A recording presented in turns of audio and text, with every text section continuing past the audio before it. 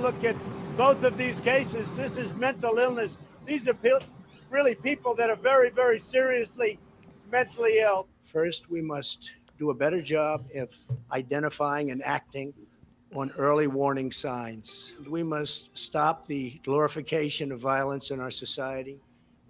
This includes the gruesome and grisly video games that are now commonplace. We must reform our mental health laws to better identify mentally disturbed individuals who may commit acts of violence and make sure those people not only get treatment, but when necessary, involuntary confinement.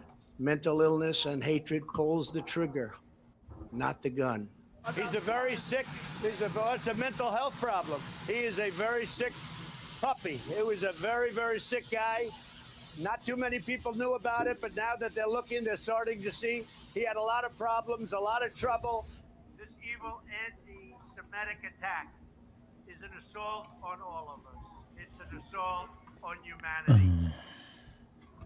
It will require all of us working together to extract the hateful poison of anti-Semitism from our world. Journalists, like all Americans, should be free from the fear of being violently attacked while doing their job. My government will not rest until we have done everything in our power to reduce violent crime and to protect innocent life. We grieve for the terrible loss of life. We send our support and love to everyone affected.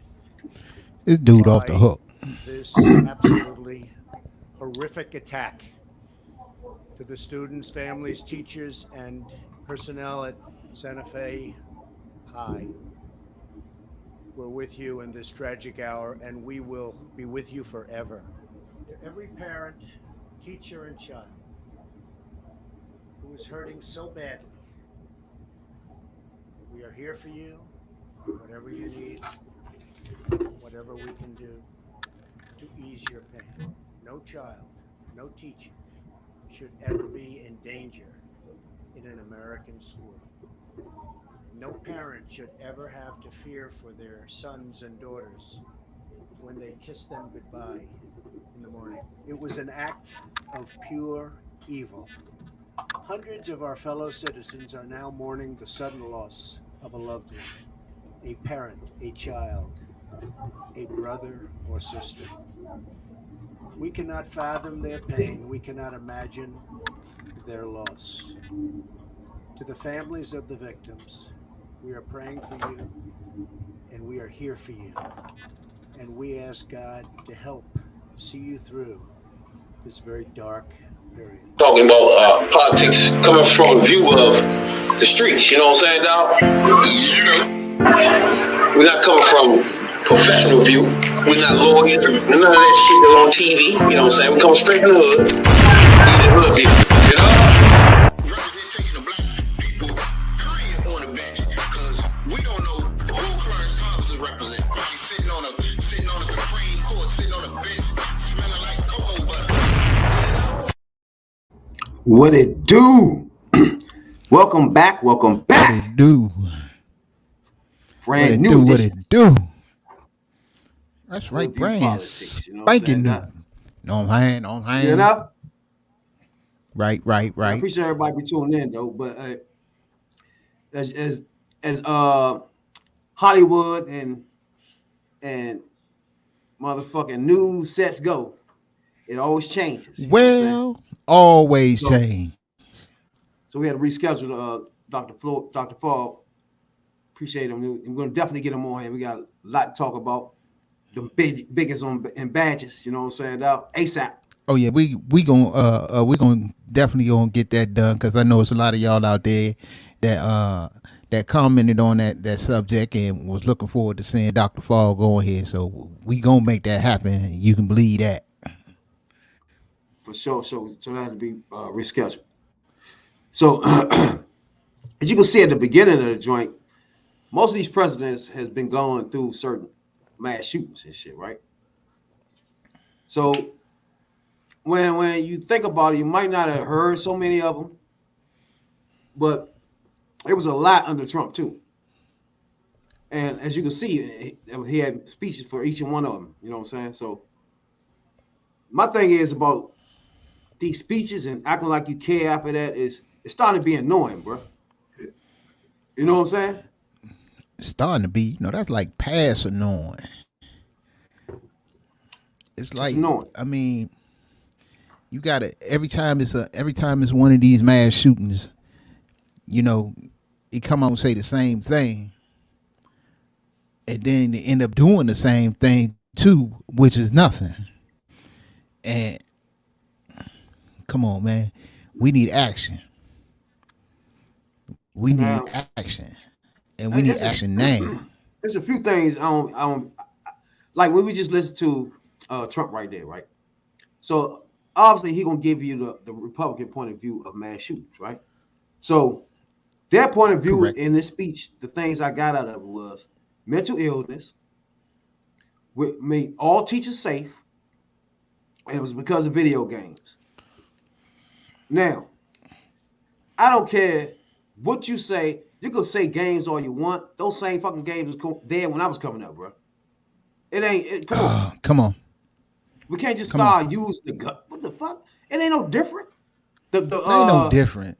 Now trust me, the graphics and shit is better, but it's still doing the same fucking thing. Hey, it's way better, but it's still, you know what I'm saying. We had, man, we still had killing games, and we was shooting space aliens. Then we started shooting people, you know. Then we started blowing up shit, you know, on the Atari 5200, you know, the PlayStation 1, the ColecoVision, the Nintendo. We had all that. Hell yeah. But we ain't turned out to be some cold-blooded killers at all. I mean, as Ric Flair would say, what's causing all this? Exactly. Well, I just can't imagine you bringing up games, bro. It's like that's hard for me to say. Oh, I agree with you. Like what? Mm-hmm. Not games out of everything, bro. Now what you want to do then? Like, what does that mean? Yeah, I mean, I give him this much. Yeah, the only thing I could give him is this. Yeah, it's some people that play these video games, and some people get lost in the video game, but that still ain't no excuse for going out here and shooting multiple people at one time, and you know, with no motive, no care, no justification, no nothing. No. You just woke up. I mean, come on, dude. You got up on the 4th of July, on Independence Day, and you went down to a parade. Well, you know, ain't nobody coming to a parade strapped. Ain't nobody coming to a parade to act a damn fool. You know, you got little kids out there. You got elderly people. You got older people. You got people that just want to, you know, it's been 2 years. They just want to see the festivities, if you will. And you gonna tell me 10 minutes into the parade, you just start shooting people. You just up on a roof shooting people. Come on, man. Yeah. You can't get no bitcher than that. Where you hiding shooting? That's even worse. This is a cold bitch. A cold-blooded, ice cold, hot ice bitch. Exactly. Like, what the fuck, nigga? I mean, it's ridiculous, and I mean, that's yesterday, Robert Cremo, whatever his name is. Yeah, and yesterday, I mean, it was just really, it's really fucked up even more for me, because I turned that on and I watched that for most of the day, and then as the evening went on, I was watching the coverage, and then they had caught the dude. Then I went ahead and laid on down. So I gotta go to work. So about 12:30, my brother called me and tell me that my nephew got shot. Okay, and I'm thinking, you know, which one? And it's the one, you know, the last one I would think anybody would shoot. Or beef with anybody. He don't bother nobody. He just go about his business. He just do his thing. He was walking out he walked out his house to get in his car and got in his car to go pick up his kids from his mother's house. He was on the way to his mother's house to get his kids and got shot for some stupid motherfuckers out there beefing at a fucking 4th of July cookout. They didn't shoot each other, but he got shot. And people wonder why, or the Republicans in particular, and the NRA in particular, wonder why people are pissed off about this gun situation in this country. Because you got people out here who ain't got no damn business getting guns, and you got people out here that ain't got no damn business being shot. Come on. If that dude killed 7 people who were just going to enjoy a 4th of July holiday parade, then you got 8 more people. You got a 16-year-old that just that got killed. And I just found out today that was my people's folks. So that's another mourning family. You know, a 16-year-old around Kenilworth. Then you got another dude around Southeast, and I think a kid around Southeast got shot. You had 8 incidents last night alone. After 12 o'clock, you had 8 incidents, including this 16-year-old and including my nephew. This was after 12 o'clock. Come on, people. Get a grip, man. Something got to be done about this shit. First of all, I'm sorry to hear that, bro. I got you. But you already know how I feel about the guns, the whole thing. You know what I'm saying? You already got the whole. See, first of all, when we start talking about guns, it started getting personal. You know what I'm saying? It started getting to the point where that's a topic where I want a solution ASAP. I really don't like to get into who are Republican, who are Democrat, and who hell was what. I want a solution where I have a 10-year-old. When I'm raising him, I don't want him to have to worry about no guns in the street, bro. You know what I'm saying? I just don't want to have that call, you know what I'm saying, that my mother got when I got shot the fuck up. You know what I'm saying? That call what she got when she ain't know if I want to live or die for that. You know what I'm saying? I don't want that for. I want to get that call. Unnecessary guns in the street. It's just unnecessary, bro. You know what I'm saying? Like, even gun owners can't defend it. Like, we got this open platform right now for anybody that owns guns they got a argument overall about this. You know what I'm saying? Because this is a real serious issue in the black community. First of all, in the black community, and second, we're talking about life or death. So you can't get no more serious than that. You know what I'm saying? So that's why one of the main things I think of when it's time to vote for somebody, one of my main issues is what do they feel about guns? You know what I'm saying? And the environment. Those 2 things is the 2 things my son gonna grow up in. You know what I'm saying? I'm real hard on education too. You know what I'm saying? I want education reform. I don't even want what's the name reform? I don't even want justice reform. Unless you do education reform first. Like, I don't give a fuck about people locked up. You know what I'm saying? You can waste time on them. None of that matters. You know what I'm saying? We can start on the kids. You know what I'm saying? Education reform for me. You know? So everybody run for office. You know, we got Dr. Fogg coming on a little bit later. He running for office in the 4th district. You know what I'm saying? So we need people running for office that's like-minded. When you go and ask them how you feel about guns, what would you do about guns? What would you do about Roe v. Wade? You know what I'm saying? Like, you need people in there that feels the way you do about the future. You know what I'm saying? Your kids. Like, you're not going to be here to even know how the world, what air they breathing. You know what I'm saying? Like, and you here to try to have a say-so on what air they breathe. You know what I'm saying? Or how many guns are just in the streets. Like, I don't see nothing wrong with tracing every gun in America. Like, if you have a gun in there for protection, what's the problem with having that traced? And I don't know what else. What's your problem? You know what I'm saying? What is it? You know, I personally would like to have it traced anytime they come out your house. You know, I want something to go off in the police station, ding ding ding, and let them know that you having your gun and you traveling with it now. You know what I'm saying? It's like, why not?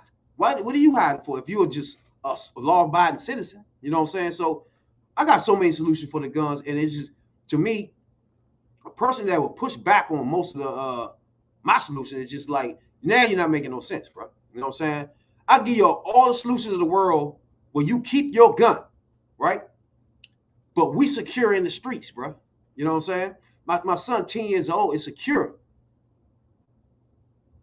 And you got your gun. Not your gun being sold, popping somebody's trunk, or somebody going to some gun show, going around in the alley, selling to a 13-year-old black boy. 2 weeks later, that's a murder weapon. Now you got a grieving black family. It goes on and on.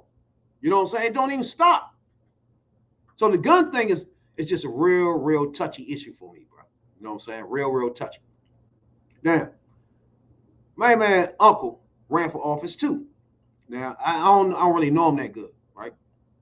So he ran for office around the area where his nephew shot everything else. Now, it's hard for me to understand when somebody's child goes somewhere out and does this, but he was actually in his 20s, 21, 22. So he was at the age where you letting them do them, you know what I'm saying? Be them, you know? But I want to let you hear his uncle. And I want y'all to listen to his uncle for a minute. And as we prepare for Dr. Fogg to come on, I want you to listen to his uncle, because I'll be mesmerized. I'm trying to figure out, how did this person get to that point? You know what I'm saying? So I want you to listen to his uncle. His uncle says they live together. You know what I'm saying?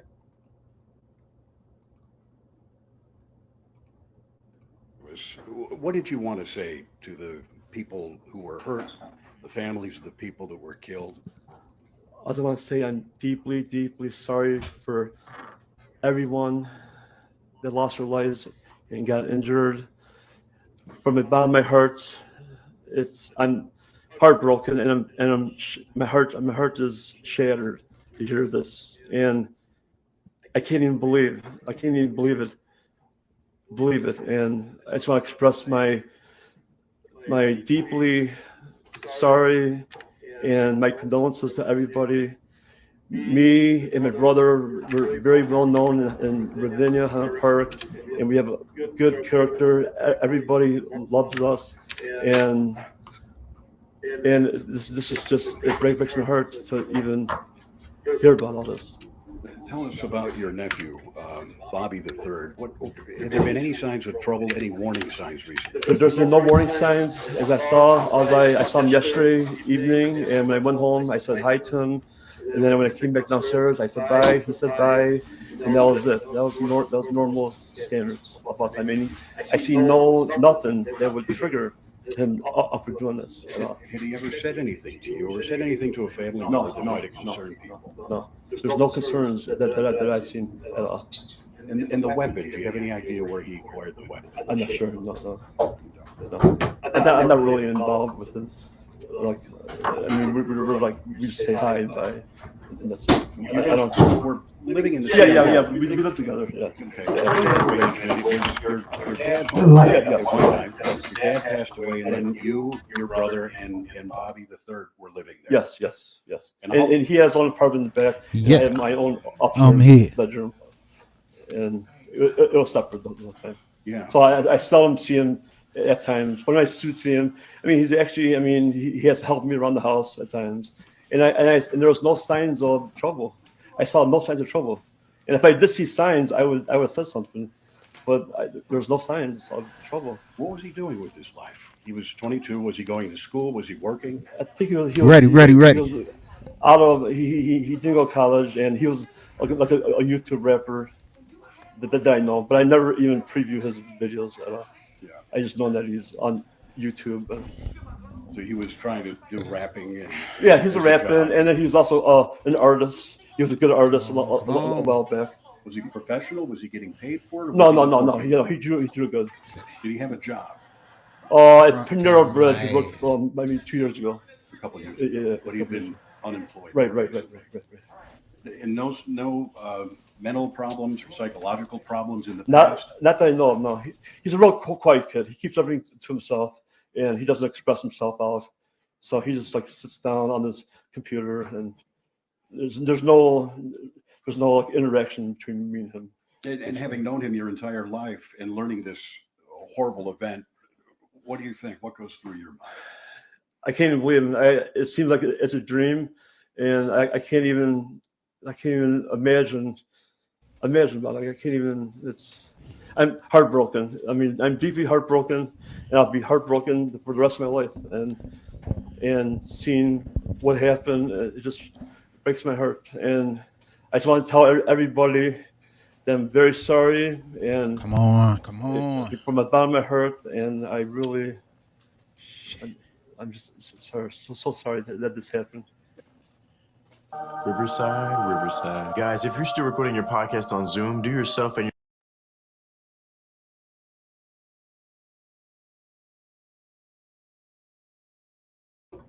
Now, it's a few things. Like I was saying, how can you live with somebody, first of all? And like he's saying, oh, we don't communicate. Like what? Man, like y'all in the same house though. Yeah, he in the back and I'm in the front. Like what? That's the problem, bro. Huh? I can hear you. You hear me? Huh? You hear me? You hear me? I guess not. I guess not. Now, me personally, man, the gun thing is a real tough issue for me. You know what I'm saying? So we can go on all night talking about guns, to be honest with you, you know.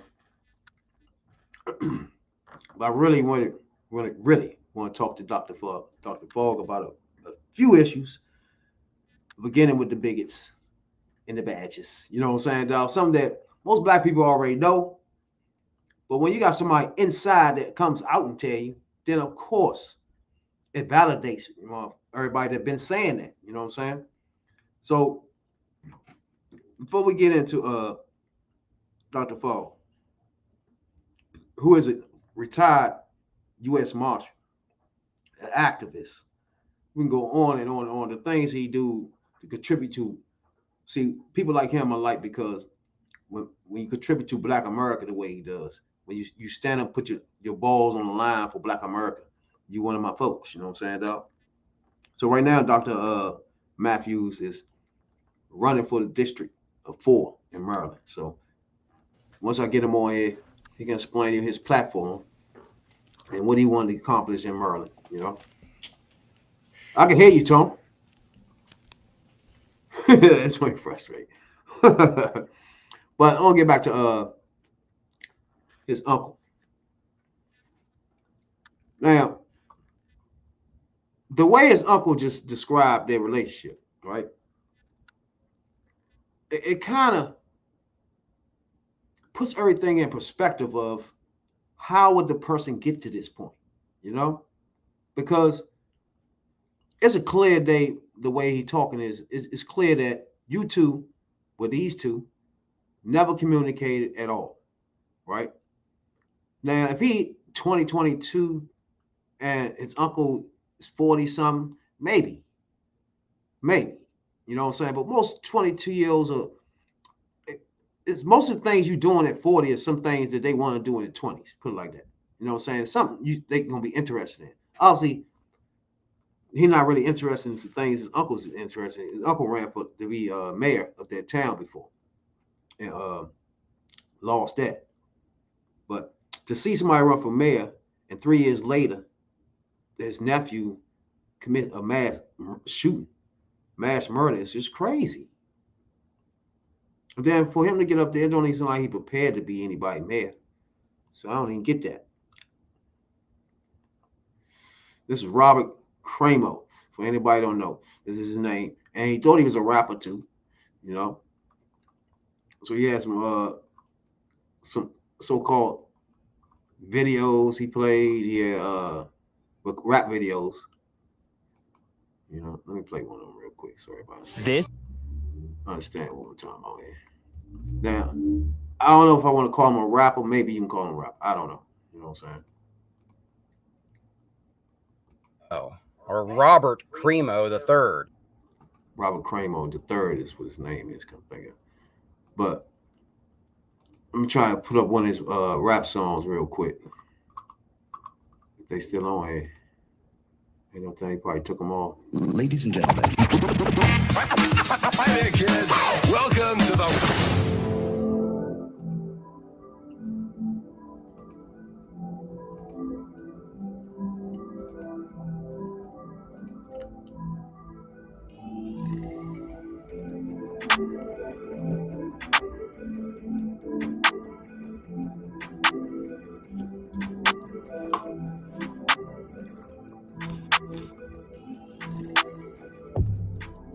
You're always on my mind, cutie with the fat ass. I wanna make you mine. I'm running out of time. Shawty, we can skip class, smoking chill all night. You're always on my mind.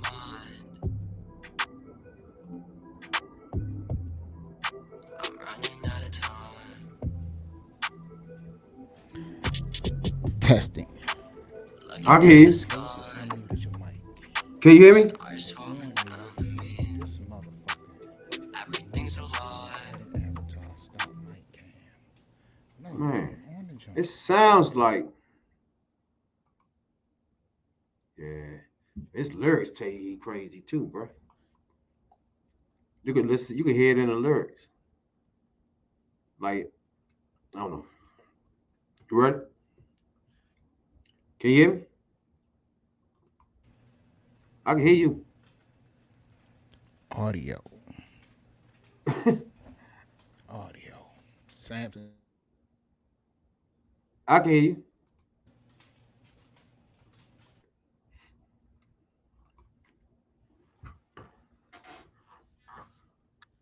This is what happens when you live. You be technical difficulties like that, you know what I'm saying? Testing. Yeah, I can hear you. Can you hear me? Yeah. You hear me? Yeah.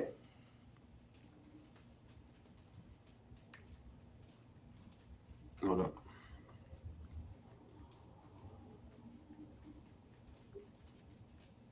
Yeah, I can hear you.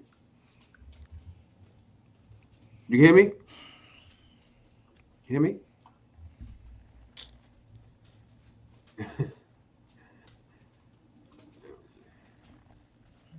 I don't know if it's this fucking cord. What?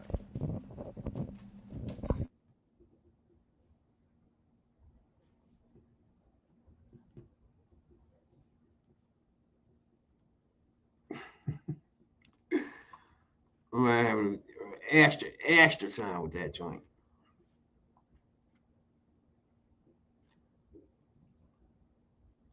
That happens sometimes, bro. You know? Let's get back to this bum right here. First of all, the bum. This is Highland Park Parade Massacre shooter right here. And this was in Chicago. I knew somebody that was out there too. They wasn't in the area at the time, but they in Chicago. Really get touch bases with them, see they good. But he's 21 years old. They caught him. He's on top of the roof though. That's the funny thing about it. Some of these mass shootings be weasel shootings. They be pussy shootings. He way on top of the roof and nobody can see. Like, what the fuck somebody people not paying attention supposed to do? That's some dumb shit. Like the weasel is way you can kill somebody, bro. Especially little kids and women and shit. Like, fuck out of here. Shit's stupid, bro. I think most of these niggas that do these mass killings is not playing. They ain't getting that from no fucking games and shit, bro. This shit is just they being the motherfucker just in the room by themselves all day. Uncle ain't even saying shit. It's just like how you letting shit manifest into that, man. You can't let that happen. You still I didn't know you still. You can hear me? You can hear me? You hear me? I guess not. Let's get back into this bum right here, Cremo. He did the Weezer's way. Out of all. Hold up. Let me help. We have technical difficulties. We'll be right back. Talking about politics coming from a view of the streets, you know what I'm saying, dog? You know, we're not coming from professional view. We're not lawyers, none of that shit that's on TV, you know what I'm saying? We come straight from the hood. We the hood view, you know? Representation of black people, period, on the bench, because we don't know who Clarence Thomas is representing. He's sitting on a Supreme Court, sitting on a bench, smelling like cocoa butter.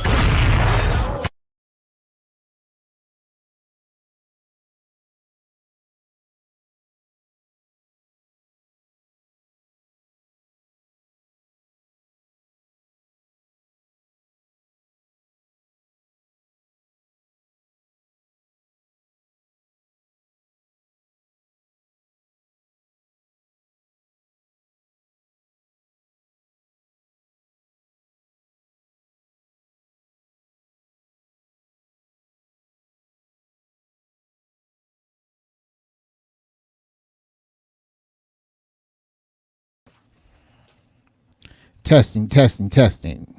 1 2 1 2 1 2 1 2 1 2 1 2. Okay. Can you hear me? I can hear you now. I don't know what the fuck is going on, but I apologize for these technical difficulties. But I'm back. I'm straight. Let's roll. Politics, bro. It's Hoodview politics. You get the whole It's Hoodview politics. You don't know what might go on, but we're back. We straight. Let's get it on. Well, you go ahead and continue on. What's his name? Cremo, whatever the fuck. Yeah, I played his video. I don't know if you've seen it or heard it. Nah, I didn't hear it. Did you hear his uncle? Nah, I didn't hear none of it. My technical difficulties was real difficult. Don't worry about that. That's how this shit works. Yeah. Well, we got it back together. Got my seat back and that's how it works. Let's do this. All right, so let's do this. We can start this thing over here. Now his uncle. All right, since you ain't here yet, his uncle is he ran for mayor a couple of years ago in the state. He lost, of course. But of course, I'm gonna let you hear, since you ain't on him the first time, and just listen to him as he talks.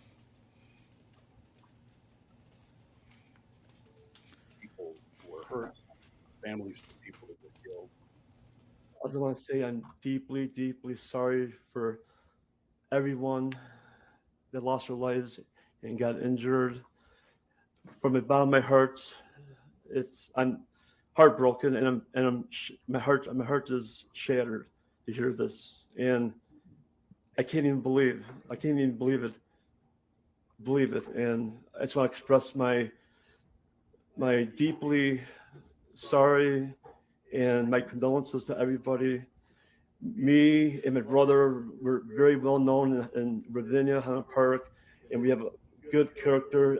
Everybody loves us, and this is just, it breaks my heart to even hear about all this.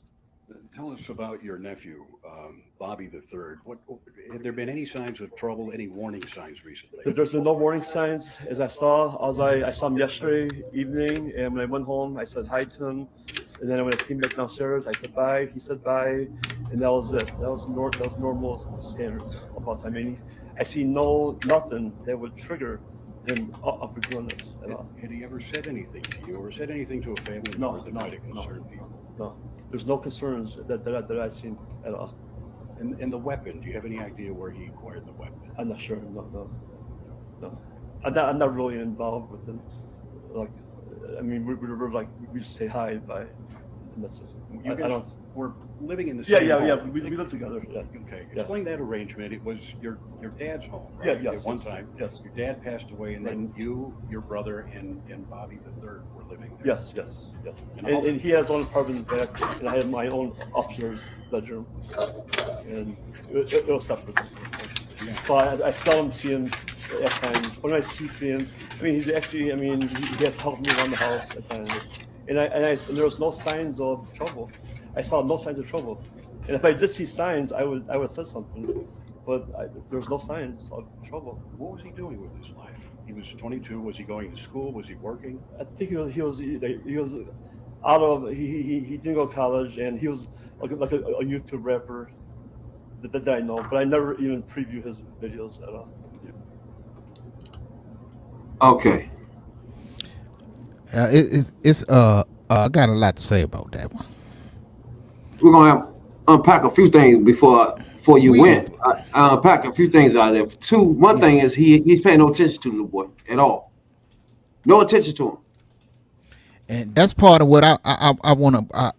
Part of one of the what I caught off the breakup in that little soliloquy or filibuster or whatever he want to call it. If you say your relationship with the guy was high and by, you didn't get all into his business and you don't know nothing about this, that, and the third, you sure got an awful lot to say about him. So you contradicting yourself right there, because if it's just high, if me and you got a high and by type relationship, you know what I'm saying? I ain't in your business and you ain't in mine. Somebody asks me about you, well, I can't tell you much. But he got a lot to, he sure got a lot to say for somebody that he don't. Yeah, it's like he was he don't really associate with like that. A point that, okay, yeah, he live here, but yeah, I don't know him. He live here, but yeah, well, I rarely see him. Like what? See him, you know, the dude interviewing was like, bro, ain't y'all in the same house?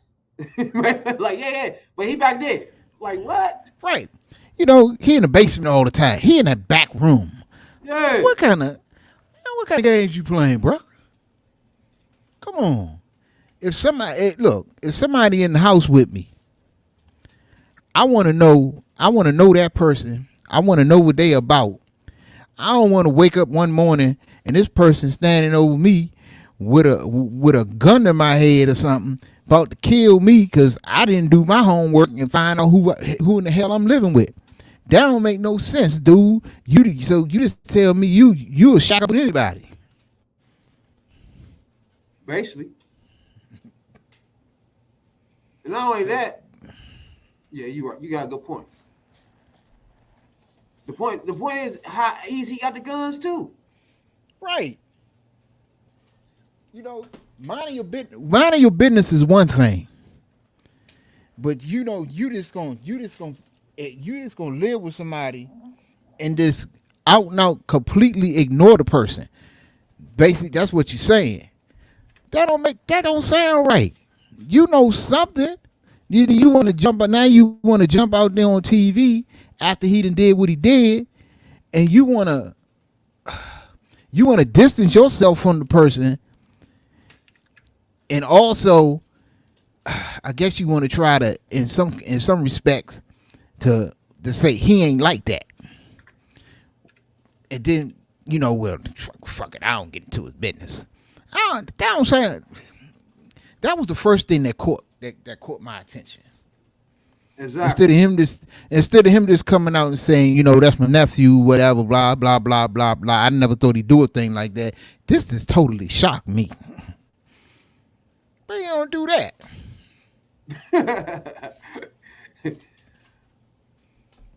They do that where they do that at right there. Where they do that at.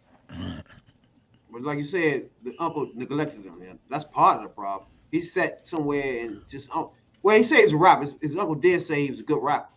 He did manage to get that out. So it's a rap that sent him crazy.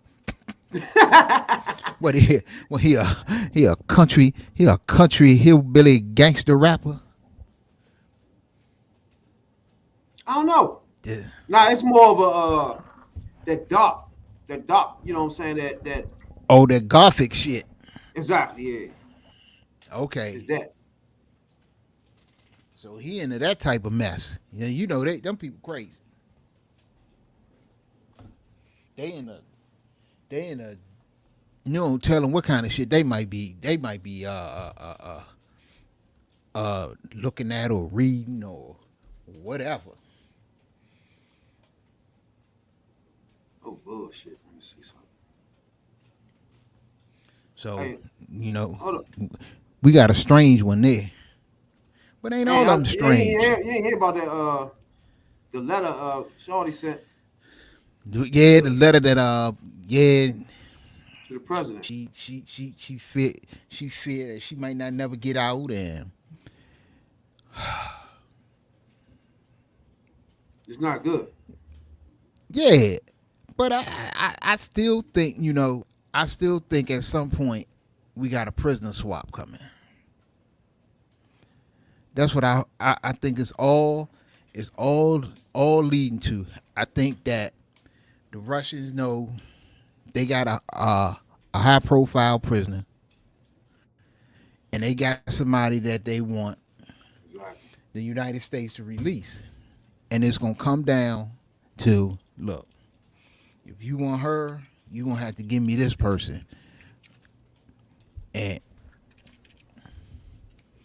I think that's just the long and the short of it. Nah, Because or tell them to try to get some of that oil, release some of the sanctions or something like that. yeah. But it's she gonna be there. She gonna be there until she either gonna serve the purpose that they think she's useful for, or not. You know what I'm saying? But at some point, the State Department ain't got involved yet. So if the I State think Department, the fact that she wrote that letter is important. Of course, she yeah, probably didn't write it. Her girlfriend probably wrote it, but that's really important. right. I don't like the fact that it's been so quiet. She's stuck in Russia. And imagine that was LeBron James, bro. There's no way in the hell they'd be this quiet. Oh, if this was LeBron James, Jesse Jackson would have already been over there. That's for sure. That's for sure. Because you remember when Jesse was going overseas getting everybody. You had people that were stuck over there and could nobody get them. No, the State Department couldn't get them. Yeah. The Vice President couldn't get them. The President couldn't get them. But Jesse went over there, and I don't know. Jesse talked some good shit. He's good for that. And next thing you know, Jesse got off the plane, and them peoples were right behind him. So that brings me to, I love people like that put their neck on the line for black culture, black people, black causes. You know what I'm saying? Right. And he was going over to get white people. What brings me to our special guest tonight. Okay. Dr. Mathew Fogg, who's running for Democrat Congress, Maryland District 4. Now, he's multiple. Yeah. Multiple talents. You know what I'm saying? He's juggling things. You know what I'm saying? He's juggling things, doing things. Not only that, you're activist too, man. That's the main part of this. You're activist, you know what I'm saying? Anybody out there in the District 4, please donate. If not, please look him up and check out his issues. We're about to get into a lot of them now, so you can know where he's coming from if you're living in Maryland right now, especially in Maryland District 4. So at this point, I want to introduce you to the former National Vice President, Blacks in the Government, Big. That's my man. Again, everything he do is gonna say black. I like it. I love all that, yeah. Heritage Chapter President. Hey, fade to black in the government. You know what I'm saying, dog? So I'm gonna let him come on and let you know everything he accomplished. We're gonna get into a lot of things and shit that maybe he never been into. You know what I'm saying? But I really like his history and the things he's been through in life. I really want to bring it to our audience. You know what I'm saying? And he a special dude. You know what I'm saying, dog? So I just want to introduce y'all to the one and only himself. You know what I'm saying, dog? Dr. Matthews. Now, doctor, can you hear me? Yeah, I can hear you, man. How you been, man? How you been? Oh man, I'm all right, brother. Been campaigning, man, on the you know how it is, man. You run around, man, kissing babies and Now? and all of that, man. You know. Got to kiss them babies, man. For sure. Man, I really appreciate you stopping by. This is my man right here, Tony Soul Brother up top, Right. My partner. How you doing, Dr. Fogg? It's a pleasure to meet you. Hey, man. Welcome to Hood View Politics. Thanks, brother. For sure. I had to wear my shirt, man, because he's called me Batman on the job. Trust me, I was about to get hey. Since you want to say that, say you was Batman for the audience, well, let them know why they called you Batman. Right. Well, when I was back in the day, man, I'm a retired U.S. Marshal, and I was working for DA and all of that, and we were doing drug and gun interdiction, and I had a nationwide task force, man, so we was going all over the country. We was going from Miami to Chicago, L.A., New York, man. We jumping out on dudes and cats in the middle of the night, man, you name it, man. We was rolling, and one day I had this young brother, man, he was pretty upset, and I came on the scene like Kojak, man. I jumped out the car, and I said, son, you okay, man? He said, who the hell are you? And I just said, I'm Batman. Now? That man, it sounded like in the movies. I'm Batman. Hey, I'm about to say, you did the voice too? Right, and when I said that, he yelled out, Batman, and everybody looked over, the lights twinkling, blue and red lights all over the place, man, the police line, everybody looked over and he said, Batman.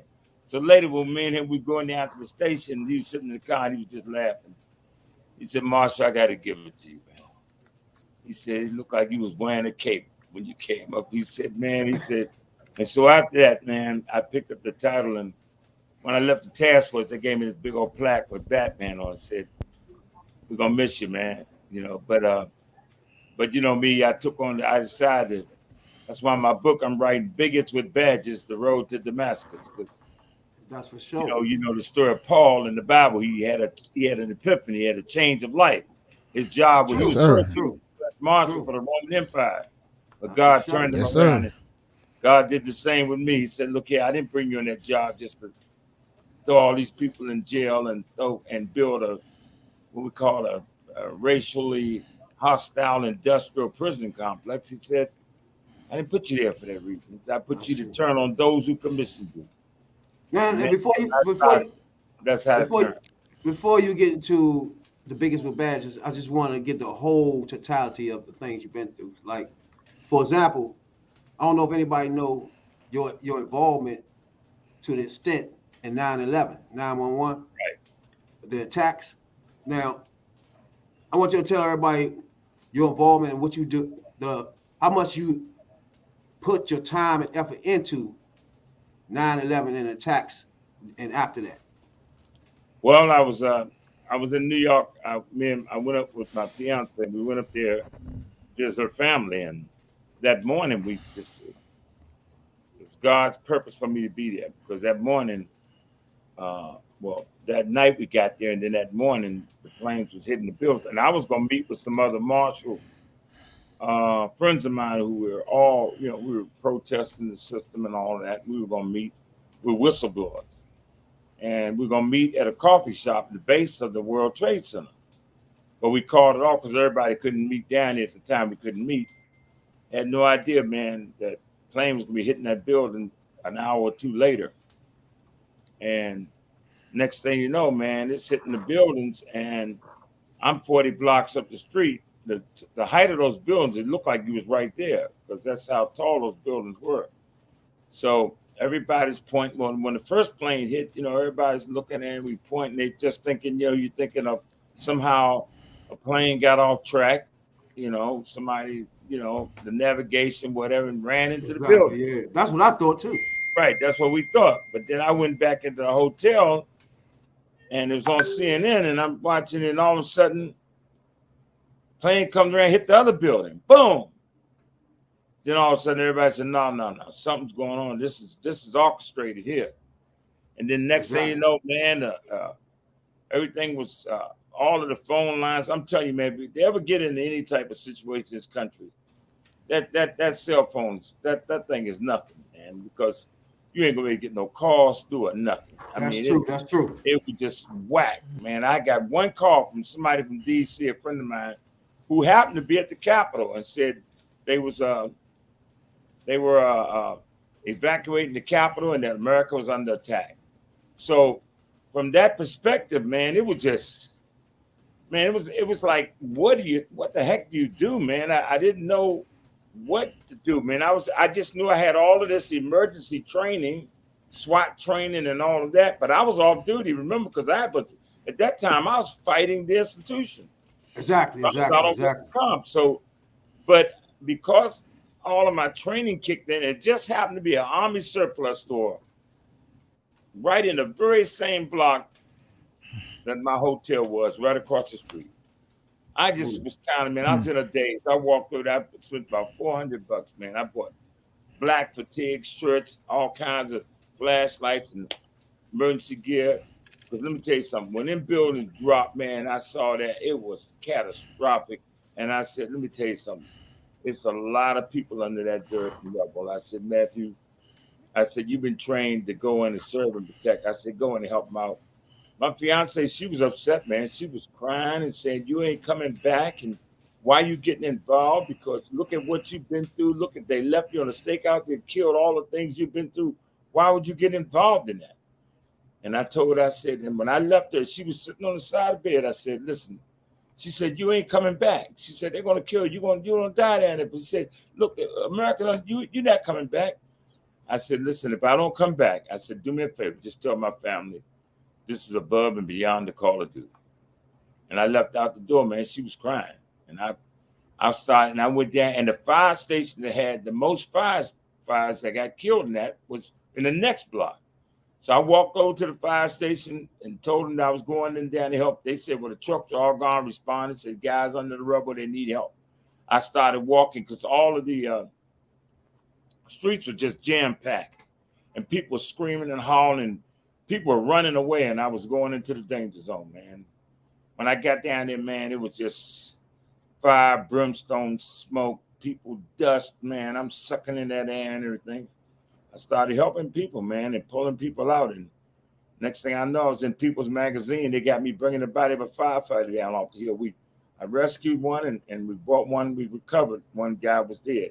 Well, we recovered several people that were dead, but we did pull one guy out to rescue him. And I know that day to be a tough day to see death. You see people screaming and hollering. Man, you saw a lot of craziness. You know, it was just so much. It was surreal because it was so widespread. You know that you could not imagine it was almost like, which way do you turn? Exactly. That's how destructive, how widespread the destruction. Yeah. I mean, that day, I remember that day vividly. And I remember that I got real emotional watching it on television and watching people jump out the buildings just to keep from being burnt alive.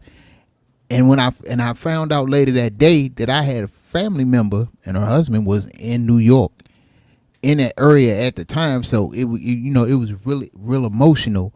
But what caught me with what you said was how at the time you was fighting the system. That's right. But at that time, even though you was fighting the system, when it came time to defend America, defend this country, and help your fellow man, you did not hesitate. Your training kicked in, and hey, you ended up in a magazine with your picture in the magazine. The documentation was off the chain because you see, I'm the last person that the U.S. Marshals and them just about would have wanted to make a hero. They was trying to make me a zero. Exactly. Right. So it all worked out, and it was just really, when you think about it, the irony of it, man. Just that I'm there right at that moment, and I'm in the right place. And I make the right decision, even though, like you said, it was a side of me that says, because I wasn't really fighting a job because I hated white people, I hated the Justice Department, anything like that. I was just fighting the racism, saying Exactly. if it's going to be bigotry, if we're going to do law enforcement, we're going to make it an equal opportunity enforcement operation. So you still going to do your duties to save lives, regardless. That's right. Yeah. Now, you was on CNN Live at the time, and I want to let you hear it now. Maybe it jogs some memory or do some things. At the end of this, I want to talk to you about certain things, the tactics you was using. You explaining on that. I don't know if you remember it or not, but here we go. I mean, I remember everything, brother. Out of there. We've heard a lot about this bucket brigade. I know you brought some equipment in with you this morning. Was that related to the work of really digging at the rubble, just a handful at a time? Yes. We're going to widen the shot out so we can see some of that stuff. Do you want to share that with us now? Yeah, sure.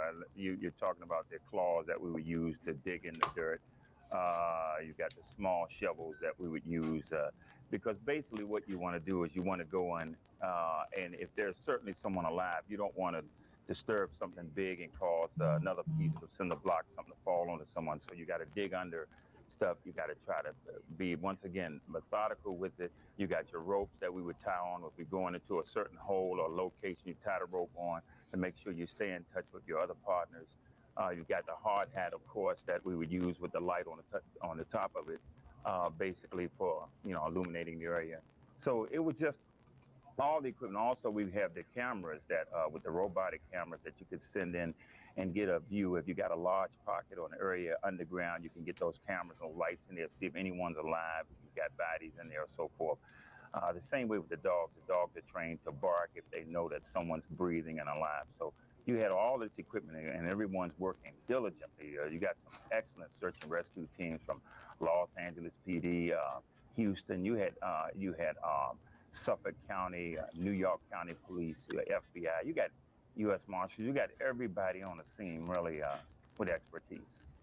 Well, yeah, you mentioned that. Of course, you all are highly trained and then trained to go into a number of different kinds of disaster scenes. But this scene, everybody says, is so much more dangerous than anything you can imagine. That's right. How challenging was it, and what were you frightened of? Well, I think the main thing is the stability of the rocks, the as you heard earlier, the beams. There's so many large, huge beams. When you got a building that implodes like this and comes all down into one particular area, which is a large area to say the least, you've got to be concerned about the stability. Another beam falling. We had several firefighters and law officers injured, basically going in to try to help others. So that's the main concern. We didn't want to have people going in getting injured, and then we have to come in and rescue them. But certainly for the unstableness of this whole process, you have to be careful at all times. You just don't know what may happen.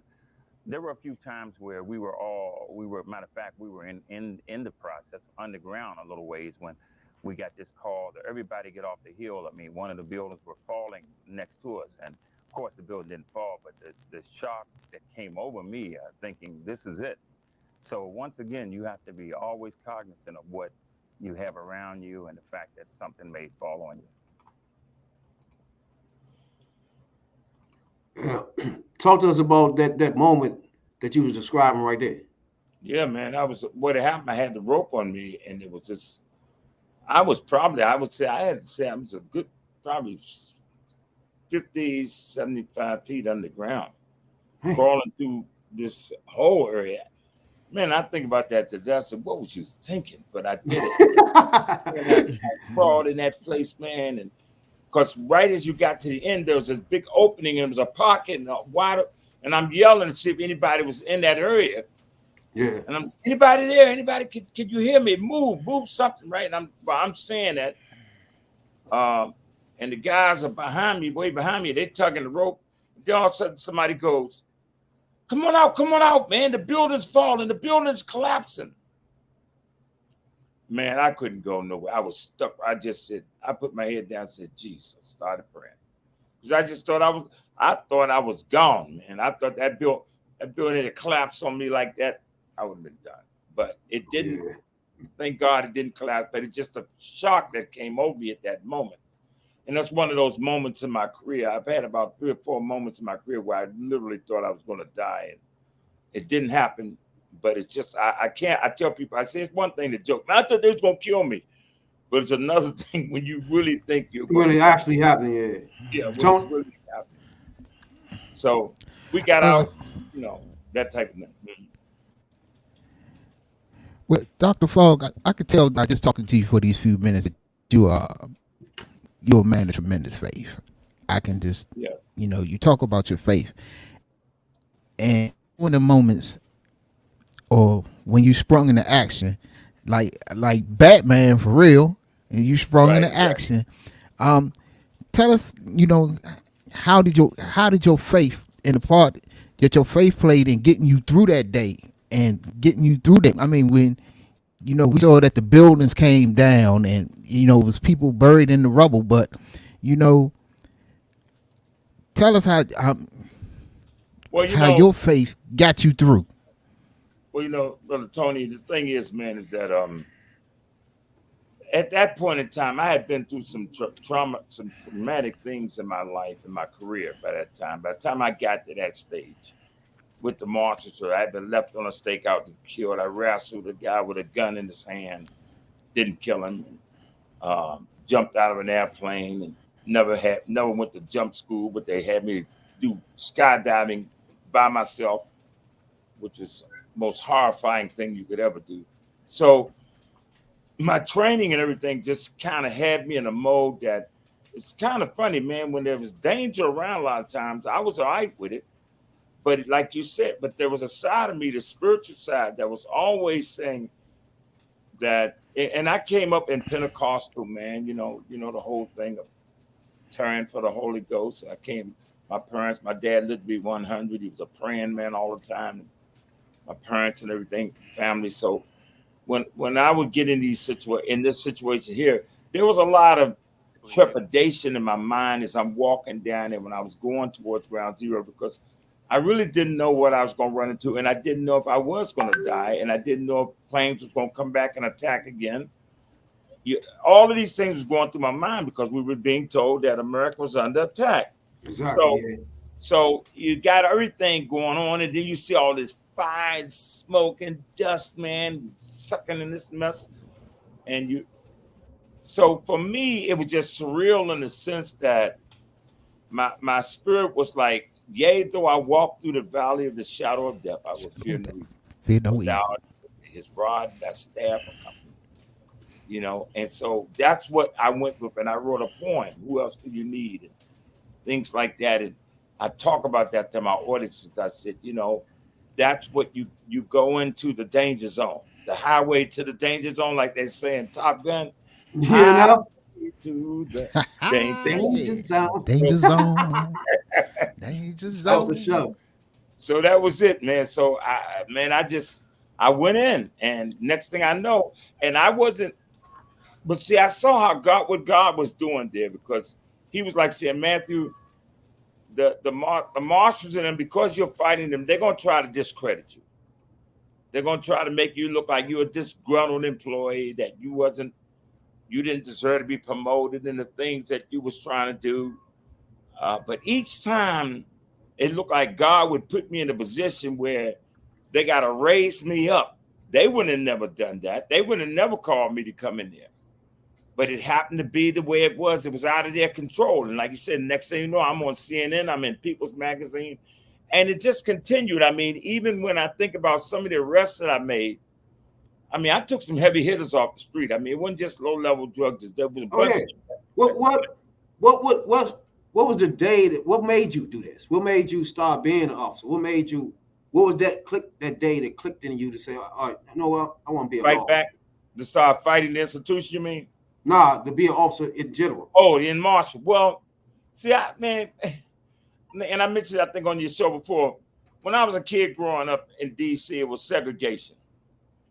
You know, black versus white, you know, integrating. As the black people moved from the South, was moving into the cities, white people was moving out to the suburbs. But a lot of the institutions remained segregated. And one of them was the Boys Club.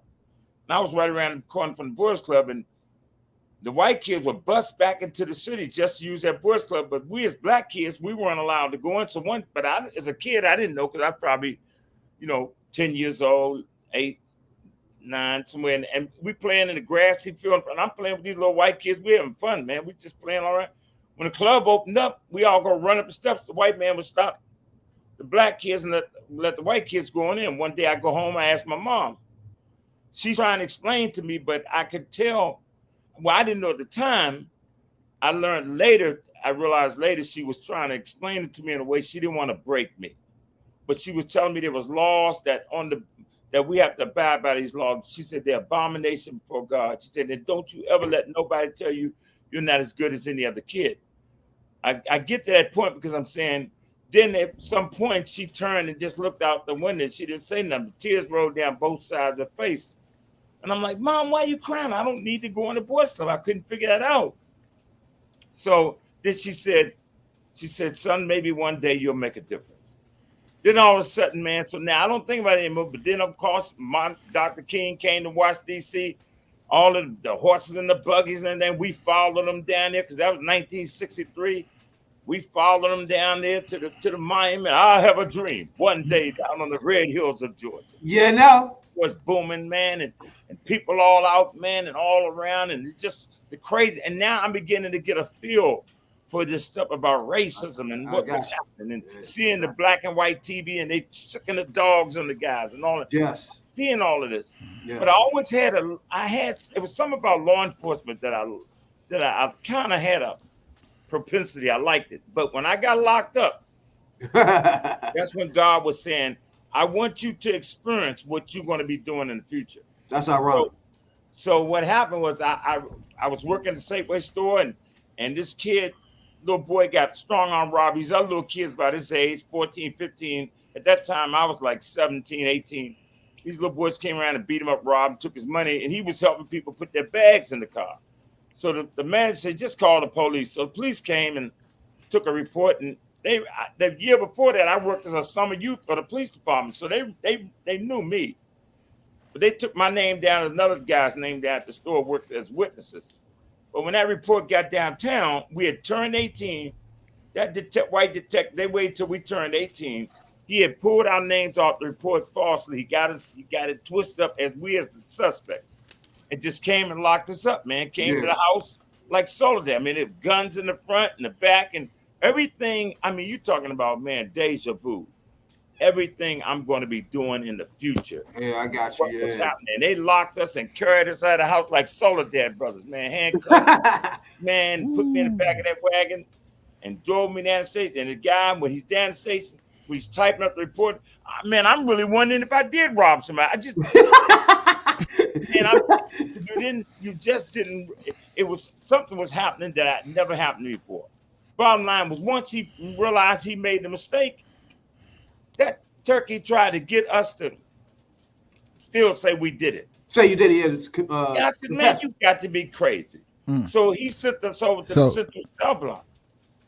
So we had to go over that Central Cell because I was Yes. Sorry, man. I wouldn't use, man, locked up cell block. I was crying. I was gonna fight them because they want the fingerprint and carrying on me. Yeah. I'm in the corner, man. I'm crying. The one brother, he told me, he said, look, man, he said, Fogg, I believe, he said, usually people don't put up this type of fuss at this spot here. He said, but he said, you just make sure you get your mom and them, and y'all get an attorney when this thing is over. So, man, I went on and let them fingerprint me. Then they put me in the cell. Guess who they put me in the cell with? Now, everybody, first thing popping in mind is Bubba. No, it wasn't Bubba. It was worse than Bubba. First thing everybody said, well, who you think put me in the cell with? No, it wasn't Bubba. It was worse. It was a dude that was going through heroin withdrawals. Oh, that was in let me tell you something. I'm up on the top. We're on a 6x6, no sleep. And I'm up on the top rack, and I'm looking at him, and he's on the ground. And honestly, man, he rolling all around, and puking and throwing up, and God. And I'm thinking, honestly, man, I'm thinking the dude, I ain't know nothing about drugs, but I thought the dude was becoming a werewolf. You know? That's what they do. Dudes to do before they become a werewolf. American we werewolf. All out, then they wake up and hair all over the face. Then they tell you, huh? That's one thing to see somebody withdraw is just the man. And it's a little 6x6. You can't go nowhere. Yeah. And man, so they finally got him out of there. Then they take us, then the U.S. Marshals. That's when I got a chance to see the U.S. Marshals. They came because you remember back in D.C. they don't have a sheriff's department, so Marshals handle all of the lockup. Right. True. Yeah. Right. So the Marshals come and get them, take them from MPD, take them from the police department. Big old Marshal bus and drive you right into the Superior Court. Look, man, everything that I'm experiencing, I'm going to be doing in the future when I become a youth. It was blowing me away, but I didn't know at the time.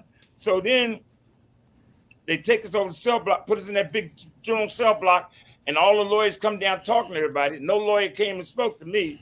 I'm in the cell block trying to figure out when am I, because I can't wait to get in front of the judge and tell him how they done railroaded me. Man, in the meantime, they put a girl in there with us. I'm trying to figure out. I said, well, why they put a girl in here, man?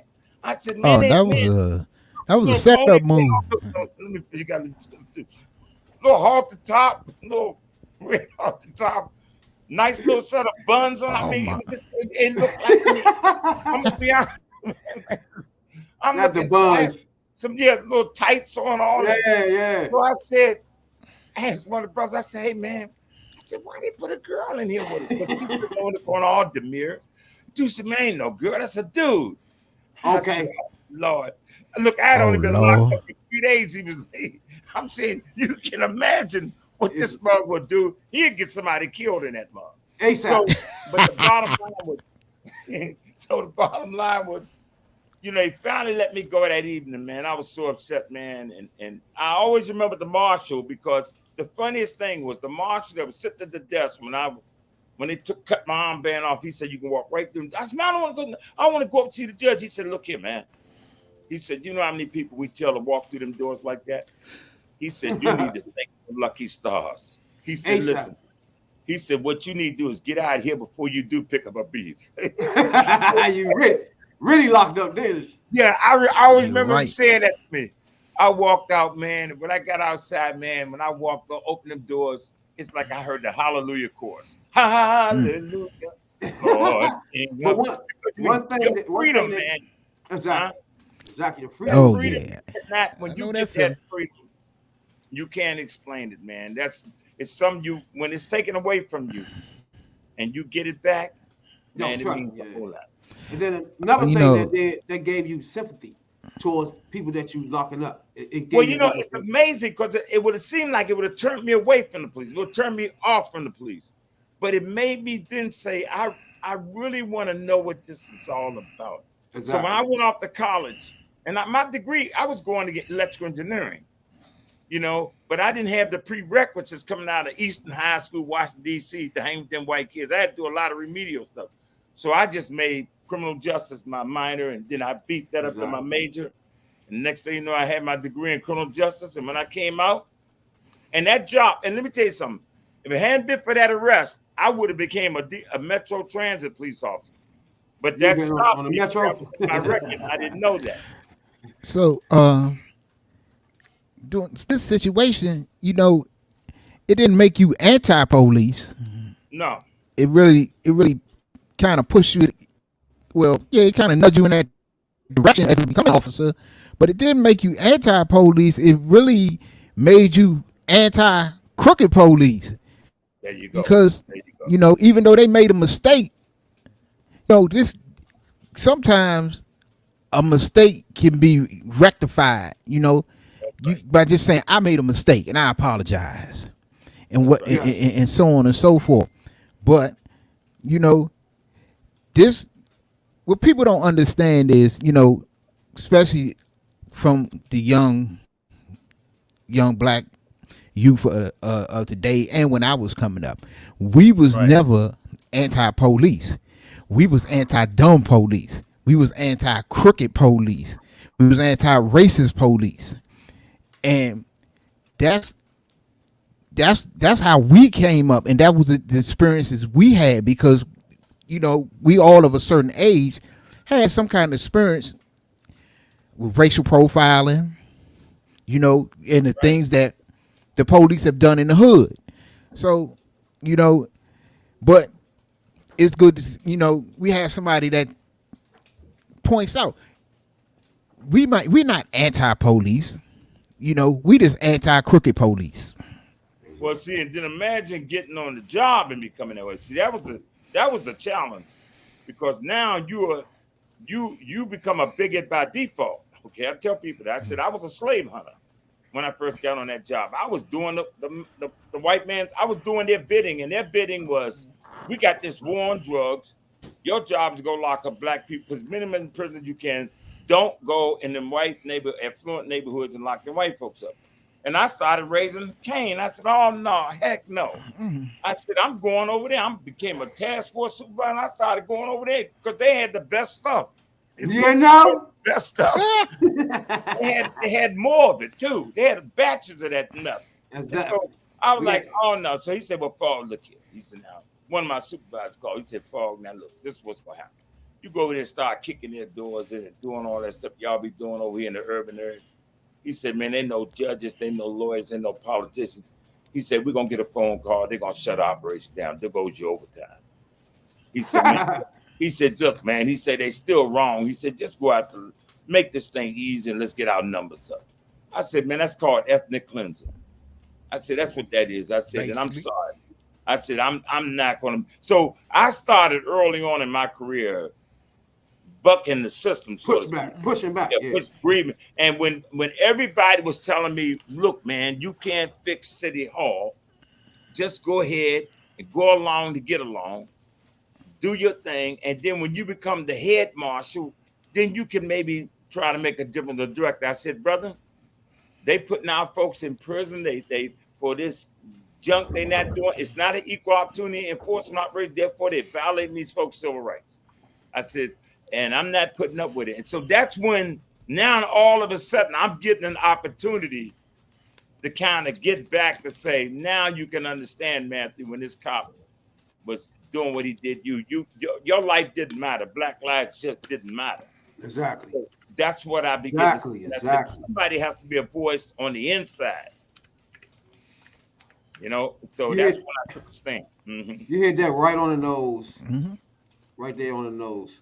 For sure. Now, when the first time you came out with it, right?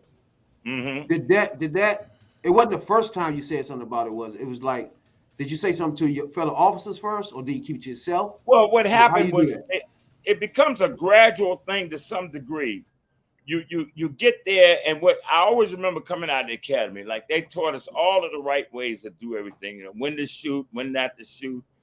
How much force to use, not to use excessive force, you know, if you don't have to. They teach you all the proper ways to do law enforcement. So we went to the Federal Law Enforcement Training Center in Glencoe, Georgia, which is one of the top-notch training centers in the country. It's like going to Top Gun school. So when we came out of there, man, I was all buffed up. I was ready to go, and I was excited.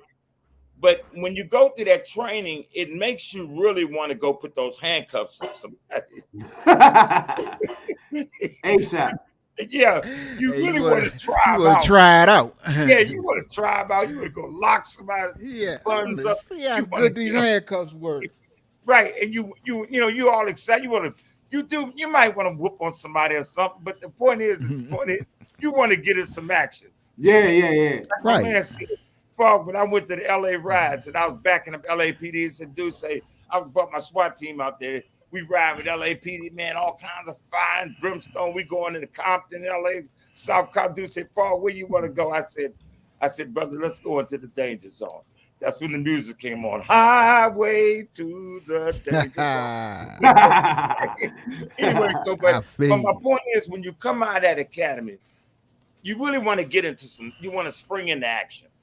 But what happened was when I got to my duty station, the first thing the guy told me, the supervisor, he said, Fogg, look, I know y'all learned all that stuff at the academy.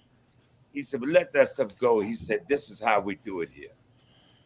Basically, he's telling me we got a culture here and we do our things. Like if you, for example, that old saying, if you run, you got an ass whoop, excuse the expression. They're gonna beat you down. It ain't no giving up.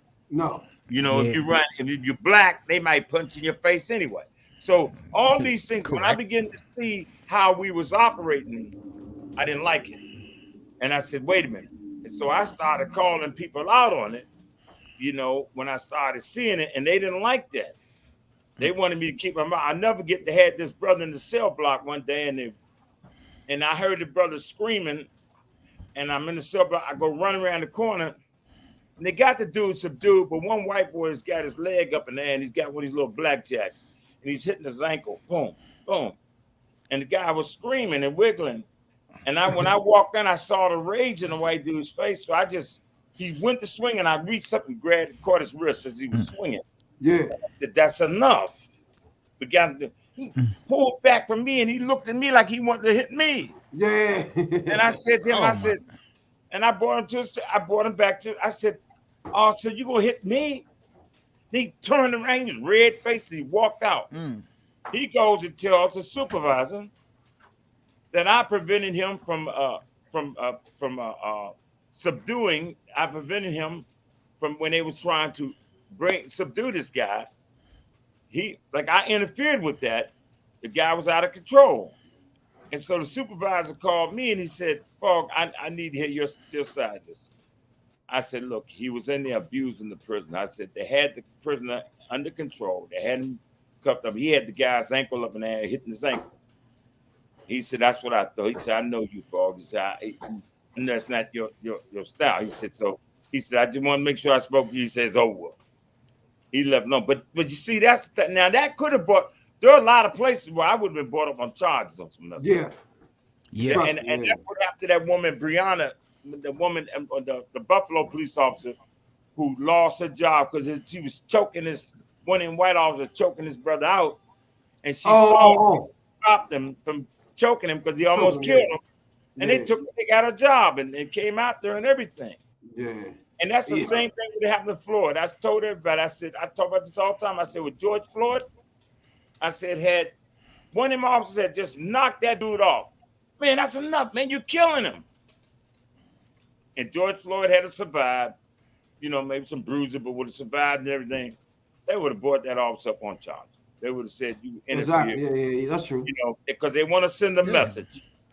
And that's the culture you was dealing with. So when the guy said, this is how we do it here, he was just trying to get me to understand we got a culture in place here and let all that stuff go. Because this is that's kind of like what Yeah, it's kind of like what I caught on. What you're saying is that when you went to the academy, they taught you the proper protocols. That's right. But when you got into the Marshals service, they had their own protocols. That's right. And until you forget everything you know. Justice, brother. Right. So, I mean, how did that make you? How did that make you feel at the time? Saying you done went through all the training, you didn't got the proper training, and you excited as anybody would be. You want to get out and show what you know. You know what I'm saying? You want to catch somebody in the act. But you want to catch some real bad people. You don't want to you would catch some bad guys, but you ain't about. And it was all black. And I was like, time out. I said, we don't just want to go after black bad people. I said, white folk bad too. So what was happening, and especially when it came down to drugs, man, let me tell you something. They used drugs way more than we did. So way more. So the bottom way line harder drugs. And I began to see that the system was using the war on drugs to create the largest prison industrial complex, and they was making me a pawn. I was a slave hunter. Yeah. That's why I said in my book, I said I became a slave hunter until I decided I'm not doing this anymore. And that's the whole piece of the road to Damascus, because that's what happened with Paul. Paul, one day, God struck him and said, why does I persecute our people? And turned Paul around. Paul was a hell of a U.S. Marshal for the Roman Empire. And that's what happened with me. I just kind of turned around. And it gave me the energy because I remember how I got locked up. So I was like, okay, now, Mathew, you got a badge and a gun. So like one of them. So now you got the authority to stand up to them. Yeah. Exactly. Well, Dr. Fogg, like me, I don't hide my past because my past what made me what I am today. And I've been in the system. I've been in the system and did some years on 2 separate occasions. So I know how the system is, and I know that, like in this state we're in now, the state of Maryland has more black people incarcerated than any state in America. People don't believe it, but in this state we living in right now, this state has the most incarcerated black people in America. And the Tony, way I'm that glad you said that the because way that the I'm glad you said that because my opponent, who I'm running against, is Glenn Ivey, and he was a state's attorney. And I said that. I said they oh put yeah, more black people in jail when he was a state's attorney than I mean, young people wouldn't know this one, but Carter got liver pills. Carter used to make liver pills. yep. Anyway, that's my grandfather saying. and it's interesting that you said that because I didn't realize we had the highest lockup rate. I thought I know it was high. Yes, but it's you're the saying highest. we well see that somebody ought to be throwing that out there. Yeah, He's and one of the front runners. yeah, and Okay, so and the amount of money that the state makes off of these prisoners is eye popping. That's right. It's a business, man. It's a business. It's a business. Slavery all over again. It's big business, and people don't realize that the furniture, the everything from the furniture to the commissary, the paper, yes, everything. The state either gets a part of it, or it is made by prisoners. That's right. If you go into any government building, the furniture is made by prisoners. If you get a letterhead or you get a letter from the government in this state, it is made by prisoners. Right. And they pay for the money that they make. They pay a prisoner $1 a day. I think it's $1.10 a day, something like that. Right. And it's big business. And the telephone is ridiculous. And the commissary is even worse. And people don't understand this, that the commissary system, which is not only the system in Maryland, it is the system in all of the United States. It's owned by the Bush family. I didn't know that either. Yes. See that stuff needs to come out. See, let me tell you something, brother. Let me become the congressman for the 4th district. Let me become the congressman over Prince George's County. I tell people Congress is a very hostile environment.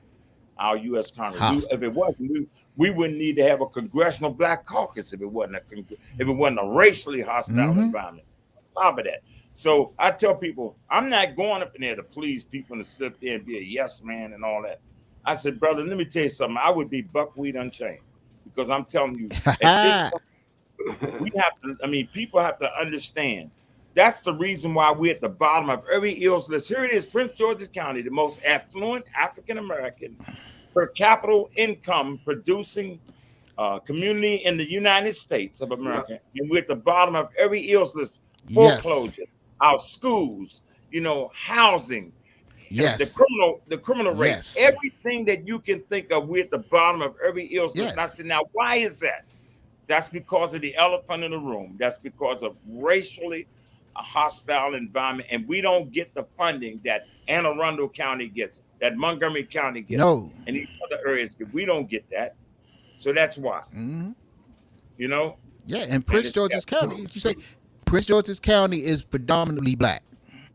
Right. It's probably got the highest rate of black people in the state. That's what I'm talking. That's what I'm saying. Yes, per capita, and we make more money than anybody anywhere. Yeah. So Batman got a cat instead of Robin, huh? That's right, brother. Furball, look at him, Furball. Yeah, that's his name. That's a sidekick. Furball sidekick. Furball, brother.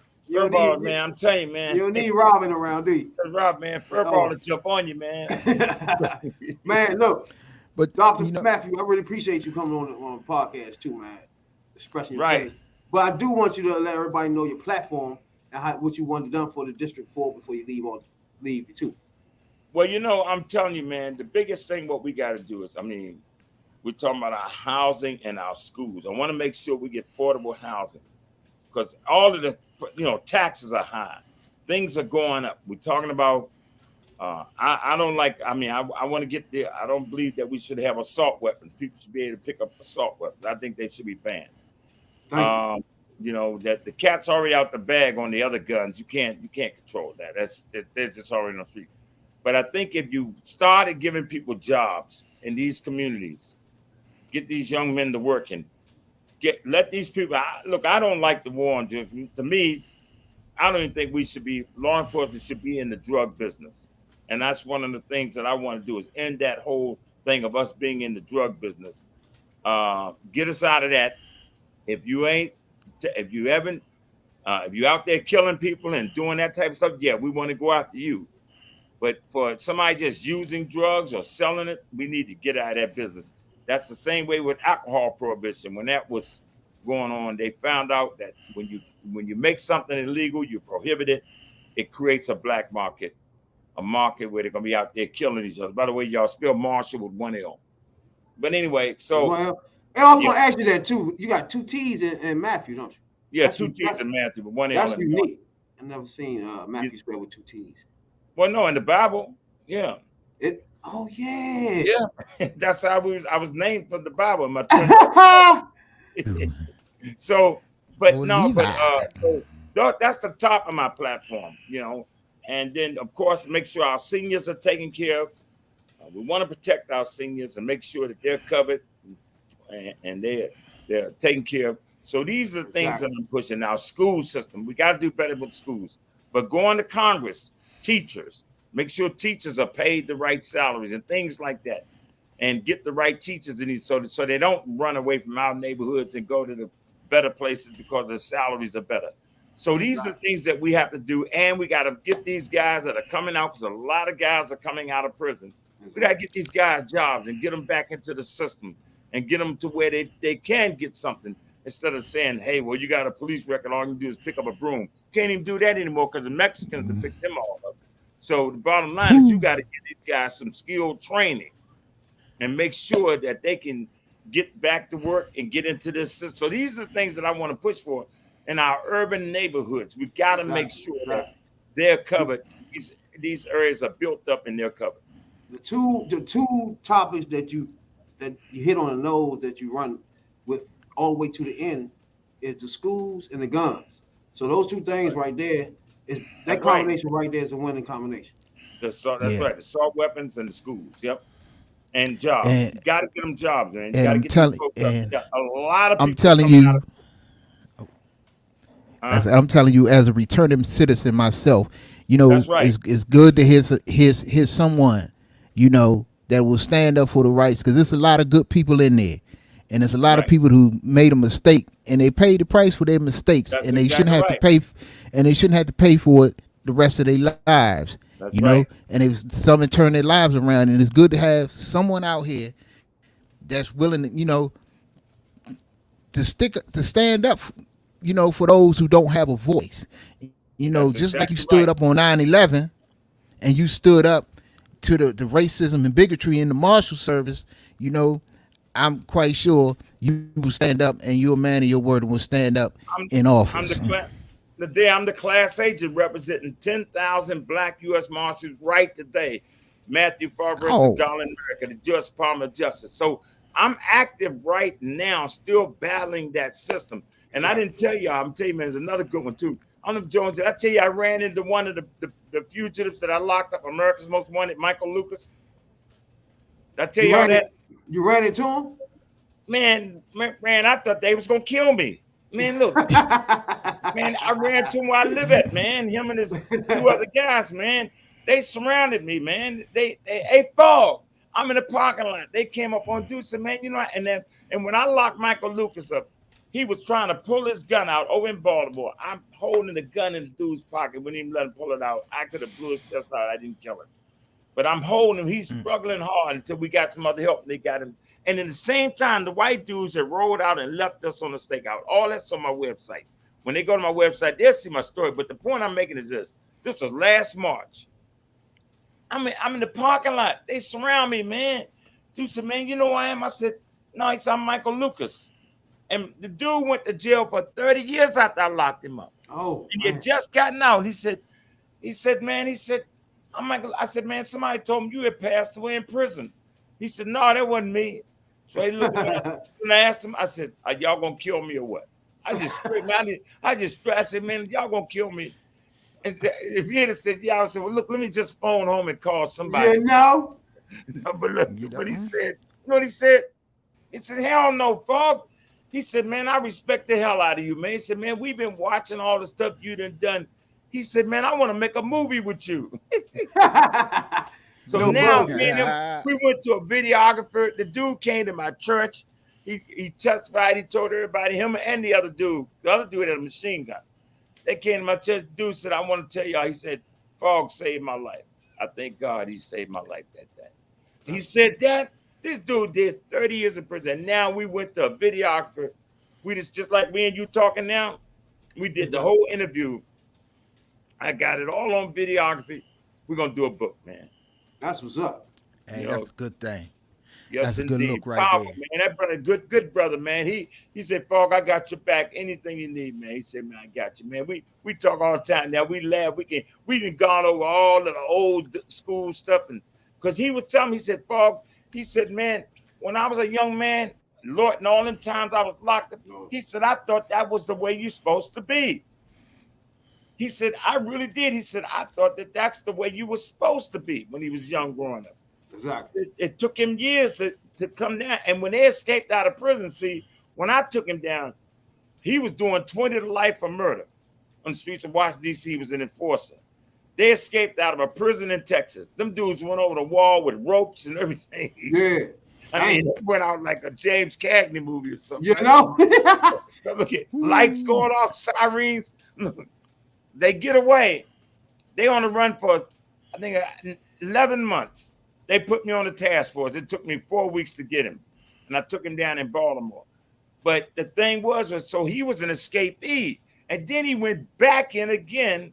He did a total of his life. He did about 40 years in prison. Damn. Dude did. He's 60 years old now. He did about 40. It's a powerful story, man. And I'm like, man, so yeah, for me to take him down and then for him to run into me in my neighborhood, he living in my neighborhood. Damn. We living in the hood, man. And now y'all cool peoples. We cool, man. We cool. I call him right now. He would love to be on this show. Matter of fact, y'all got to get us back on the show. That sounds like something I want to talk about. Yeah, I love to talk about. Yeah, that's for sure. You know, anytime you mean when y'all ready, we ready. Sure, Michael Lucas, y'all. I'm ready. Google him. I really appreciate this a whole lot, man. For sure. Letting everybody know your platform and everything. We appreciate that for you doing that. Going back over your history. That's deep. A lot of things you've been into, involved in. A lot of stuff we missed. You know what I'm saying? So, man, we appreciate it a whole lot, though, man. Tony, you got something to say? I want to say, look, we tell y'all every week on Hood Politics, we stress. Get out and vote. Learn your candidates. Know their platforms. Know what they're about. You know, that's what we here bring you on Hood View Politics. That's why we bringing you guests like Dr. Fogg here. He come on here and he tells you what he's about. He shows you what he's about. Y'all get out and vote. If you don't vote, you have nobody to blame but yourself. And if you don't vote, send me some money. Just go to that. Go to Bigots. Bigotswithbadges.com. It's a donate button. $5, $10, $15. Don't mind because it all adds up. Right. And I need money right now because these other guys, man, they getting paid by the special interest groups, and they already bought and sold when they go to Congress. They bought it and sold. Right. So y'all hear that? So that's why I need the little guys. I need the small people to support me. If you got $5, go to bigotswithbadges.com. Donate what you can afford. You know, if you can afford 5, donate 5. If you can afford 10, that's right. Donate 10. If you can afford more, donate more. But we need to get brothers like Dr. Fogg in Congress because we see what Congress is doing now. They're not doing much for us, you know. And I'm of a class of citizen, you know. We need all the help that we can get. And we need people like Dr. Fogg here. So Get out and vote. If y'all got some change in y'all pocket, some spare change that you're gonna spend on nothing, why not spend it on your future and helping out the cause, the black cause, the cause of people who don't have a voice. Donate 5, 10, 20, whatever you got. You feel me? If you don't remember nothing else, turn on your fog lights. Ha yeah. Appreciate you, man. A whole lot. Appreciate you. Come on and join. Appreciate you a whole lot, bro. Right. Appreciate you. And it's a pleasure to meet you. That's for sure, man. Hey, oh man, that was right on. Yeah. That was right on. A lot of things. You have something to say? Now go ahead. First of all, when you see a black man that go out of their way, bro, to do things that risk their life, first of all, you know what I'm saying? Right. You can't help but, even if it's 911, there wasn't all black people that was under those rubbles. He ain't give a fuck. You see what I'm saying? Nah. So we're talking about downtown Manhattan. Hell yeah, in the middle where you don't know. It's just rubble. You don't know who under there. When you got a person that'll put his, even though, as he said at the time, he was going in a back and forth with the U.S. Marshals, and he probably wasn't feeling the government or whatever at the time, but when he had to spring into action, he sprung into action. He put himself on the line. Exactly. When it comes to bigotry and racism within the Marshal Service and really all the law enforcement for real, he put himself on the line. So why would you not vote for a cat like this if he gonna put himself on the line in them situations that could have got him killed on the for real? Exactly. That's the kind of person we need in Congress. That's what we need. But then once you look at his platform alone, challenging racial disparity impact, ban assault weapons, right? Affordable housing. So this things you did, it hits you, impacts you ASAP. You know what I'm saying? Right. Uplift the citizens too, the senior citizens. So if you're in Maryland, most of these things, increasing minimum wage, like as usual, end the pipeline from school to prisons, something no politician talking about. No politician talks about. So small business tax cuts. So if you look into his platform, I guarantee you, if you live in Maryland, this is the platform you would rather be on. You know what I'm saying? This man came on here tonight and he talking about real issues for real people. And he representing real people to do something about these real issues we got, because we got some real issues out here, especially with these guns and fentanyl in the streets and all this other shit that's going on out here. Hey, fentanyl, Fetty Wap, whatever they want to call it. We need a champion. And right now we ain't got one. The 1% got a champion. So exactly. So everybody look into all the candidates. Now we only brought you just one. We're not going to tell you. We're not going to tell you who to vote for. We don't tell you who to vote for. We just tell you to vote. And make sure the values of Black Americans involved in your decision. That too. That will help me. You know that too. You know what I'm saying? But we be here every Tuesday. You know what I'm saying, dog? We got another special guest. Shit, every Tuesday night. When they come back up here, another special guest. We're going to bring another police officer in, retired police officer. Then we're going to get into the gun destruction, the guns in America. How can we stop it? And from a police officer standpoint, the police brutality, the police killing everybody. What's that about? You know what I'm saying? I want to see it from a police officer standpoint. So next Tuesday, look forward to that right there too. Right. And don't forget, we got more than one podcast. So, we got we got the Third Perspective, the T3P podcast, my man Rabbit, and we got I Know You Got Soul podcast. So, hey, we out there. We gonna bring it to you, because it's like, I guess the night is talking about real issues for real people. We bringing you real issues for real people. We gonna talk about it. If ain't nobody gonna talk about it, we gonna talk about it. Details. Like I said before, you get us on here. We talk more shit than the toilet. You know, deep detail dive in this bitch.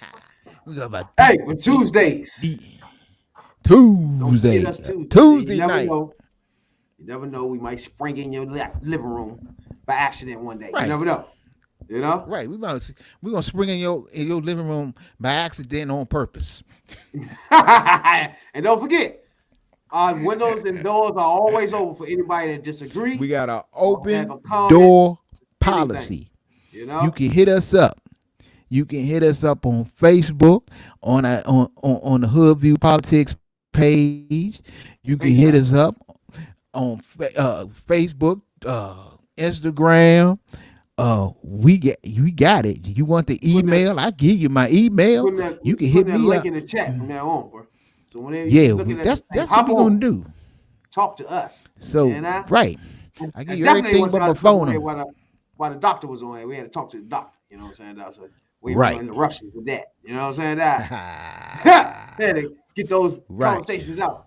But until Tuesday, as y'all can see, this is the hood in Southeast. You know what I'm saying? Something like that. And I just want to say, get well soon to my nephew LT.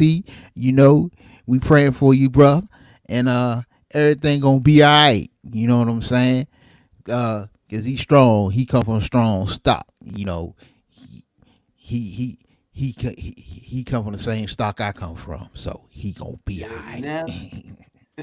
You dig? Appreciate everybody stopping and fleeing through this joint. You know what I'm saying? We talking about politics coming from a view of the streets. You know what I'm saying, dog? We're not coming from professional view. We're not lawyers. None of that shit that's on TV. You know what I'm saying? We come straight from the hood. The hood view. You know?